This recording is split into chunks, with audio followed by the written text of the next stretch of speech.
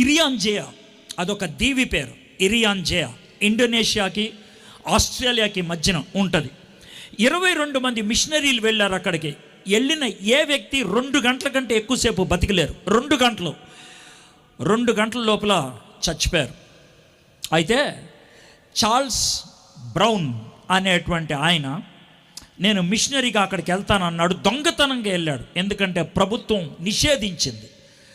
తను రాత్రిపూట వెళ్ళటానికి ఇష్టపడ్డాడు. ఎందుకనంటే ఎవరు వెళ్ళినా పగలు వెళ్ళారు, 2 గంటల్లో చంపేశారు. నేను రాత్రి వెళ్తా బాగానే ఉంటుంది, పొద్దున్న వస్తుంది కదా, పర్లేదు. నేను ఆ దీవిలో మోకరించి 12 గంటలు ప్రార్థన చేయగలిగితే దేవుడు కార్యం చేస్తాడు అని రాత్రి వెళ్ళాడు ఆయన. సాయంత్రం 7-8 ఆ ప్రాంతాల్లో వెళ్ళి ప్రార్థన చేయటం మొదలుపెట్టాడు. 12 గంటలు కాదు, 36 గంటలు ఉండిపోయాడు ఆయన. ఎవరు రాలా ఆయన జోలికి. 36 గంటల తర్వాత ఆయన పట్టుకున్నారు. చాలా సంతోషించాడు. ప్రభా, నేను 12 గంటలు ఈ దీవిలో ప్రార్థన చేస్తే సరిపోద్ది అనుకున్నాను, 36 గంటలు ప్రార్థన చేయనిచ్చామని. పట్టుకున్నారు. అతన్ని చెట్టుకేసి కట్టేశారు. 2 వ్యక్తుల్ని అటు ఇటు పెట్టారు తన చూడటానికి. ఎదురుగా చితిమంట వేశారు. ఎందుకని? ఆ చితిమంటలో ఇతన్ని వేపుకొని తిందామని. వాళ్ళు ఆ సంతోషంతో వాళ్ళ భాషలో నాట్యం చేస్తూ పాటలు పాడుతున్నారు. అటు ఇటు ఉన్న వ్యక్తులు ఇతను చూస్తూ ఉన్నారు. కొద్దిసేపటికి ఇతనికి చాలా గొప్ప ఆనందం కలిగి ప్రార్థన చేయటం మొదలుపెట్టాడు. నా దేవునికి నా జీవితాన్ని సమర్పిస్తున్నా అని. All to Jesus I surrender అని పాట పాడుతున్నాడు.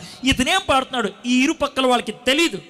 ఈడేంట్రా పాట పాడుతున్నాడు, వీడు మనకి బిర్యానీ, వీడు పాట పాడతామేంటి, మనం పాడామంటే అర్థం ఉంది వీడు మనకి బిర్యానీగా దొరికారు అని.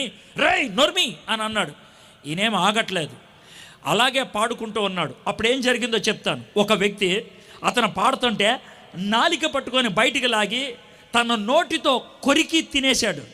నాలిక రక్తం కారుతా ఉంటే ఇంకొక అతను ఆ రక్తాన్ని చీకేయటం మొదలుపెట్టాడు. అయితే ఈయనకి నాలిక కొరికేశారు, కొంత లేదు నాలిక, సగం నాలికతో పాట పాడటం మొదలుపెట్టాడు. ఆల్టో జీసస్ ఐ సరెండర్ అని. వీళ్ళకేం అర్థం కావట్లా, ఏంటి ఇలా చేస్తున్నాడని. అతన్ని పక్కకి తీసుకెళ్ళిపోయారు. ఏం జరిగిందో తెలీదు. 2 రోజుల తర్వాత అతను చనిపోయాడు. కానీ 2 రోజుల తర్వాత వీళ్ళిద్దరూ క్రైస్తవులు అయిపోయారు.